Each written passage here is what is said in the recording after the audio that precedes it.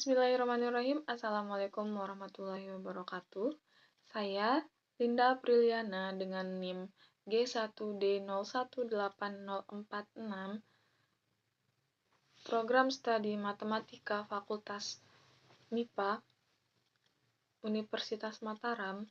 Di sini saya akan mempresentasikan proposal penelitian saya yang berjudul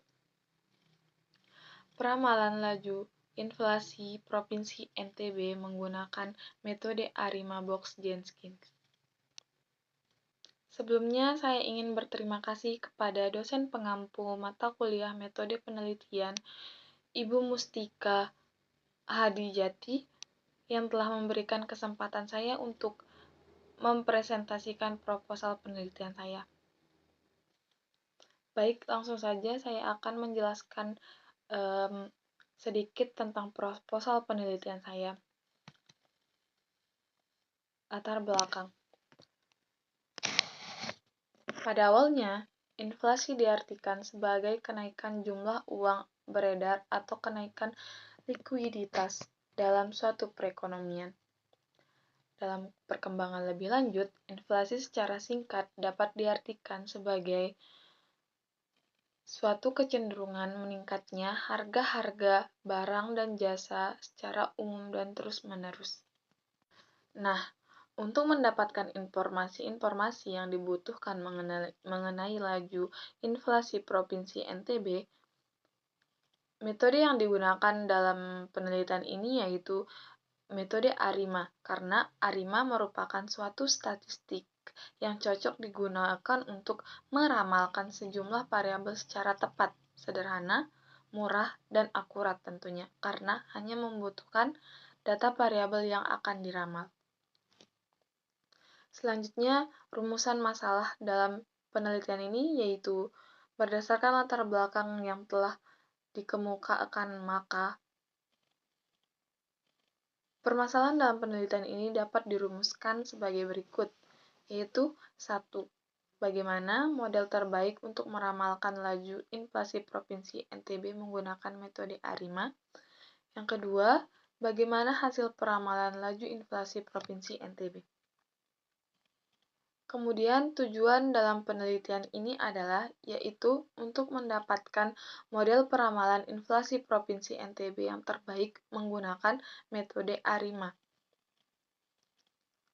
Yang kedua, untuk mengetahui hasil peramalan inflasi Provinsi NTB. Manfaat penelitian ini yaitu antara lain membantu mahasiswa mengaplikasikan ilmu yang didapat di bangku perkuliahan sehingga menunjang kesiapan untuk terjun ke dunia kerja. Yang kedua, dapat dijadikan sebagai studi kasus bagi pembaca dan acuan bagi mahasiswa. Yang ketiga, tentunya untuk dapat mengetahui ramalan inflasi Provinsi NTB. Selanjutnya kita masuk dalam landasan teori. Di sini ada pengertian inflasi. Inflasi merupakan masalah perekonomian yang ada pada setiap daerah. Perkembangannya yang terus-menerus mengalami peningkatan menjadi hambatan pada pertumbuhan ekonomi ke arah yang lebih baik. Untuk menanggulangi terjadinya ketidakstabilan laju inflasi, salah satu cara yang dapat dilakukan adalah dengan meramalkan data time series, yaitu menggunakan metode Box-Jenkins dengan model Autoregressive Integrated Moving Average atau ARIMA. Memiliki kemampuan untuk menangkap informasi-informasi yang diperlukan mengenai laju inflasi serta mampu mengulangi ketidakstabilan dari laju inflasi. Sebagai akibatnya, mungkin karena harga barang dan jasa, maka nilai suatu mata uang akan mengalami penurunan dan daya beli mata uang tersebut menjadi semakin lemah. Penurunan daya beli tersebut selanjutnya akan berdampak terhadap individu, dunia usaha, serta anggaran pendapatan dan belanja pemerintahan. Dengan kata lain, laju inflasi yang tinggi akan berakibat negatif terhadap suatu perekonomian secara keseluruhan. Nah, itu adalah sedikit paparan dari dampak populasi. Kemudian selanjutnya, metodologi penelitian untuk penelitian ini yaitu pertama, untuk lokasi dan waktu penelitian. Penelitian ini dilakukan dengan metode pengumpulan data dan menggunakan data sekunder. Data yang digunakan adalah data laju inflasi Provinsi NTB periode Januari 2019 sampai Januari 2021. Data diambil dari sumber Badan Pusat Statistik Provinsi NTB.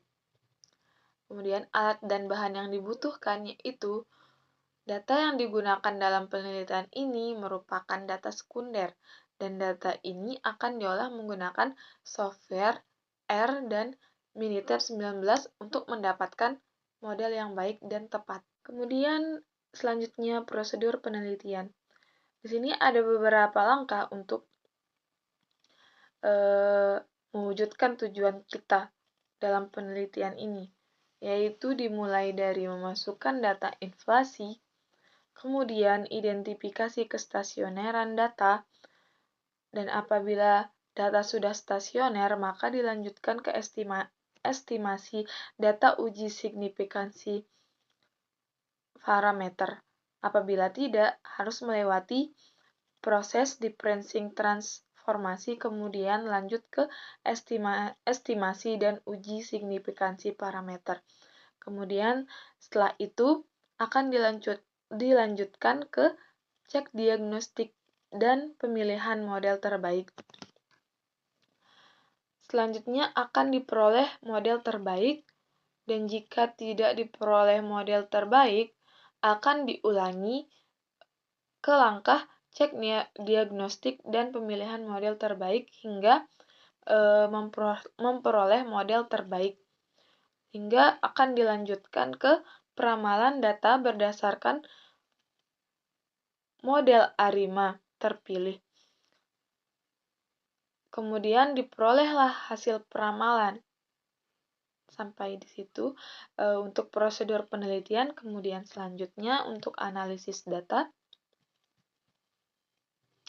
Nah, dalam penelitian kali ini, peneliti menggunakan metode kuantitatif, yaitu metode yang lebih banyak menekankan data-data yang telah didapatkan ke dalam bentuk tabel, diagram, atau sejenis model matematika statistik. Pada penelitian ini, menggunakan aplikasi R dan Minitab 19 dalam mengolah data berdasarkan prosedur penelitian Box-Janskin untuk mendapatkan model dan peramalan yang tepat.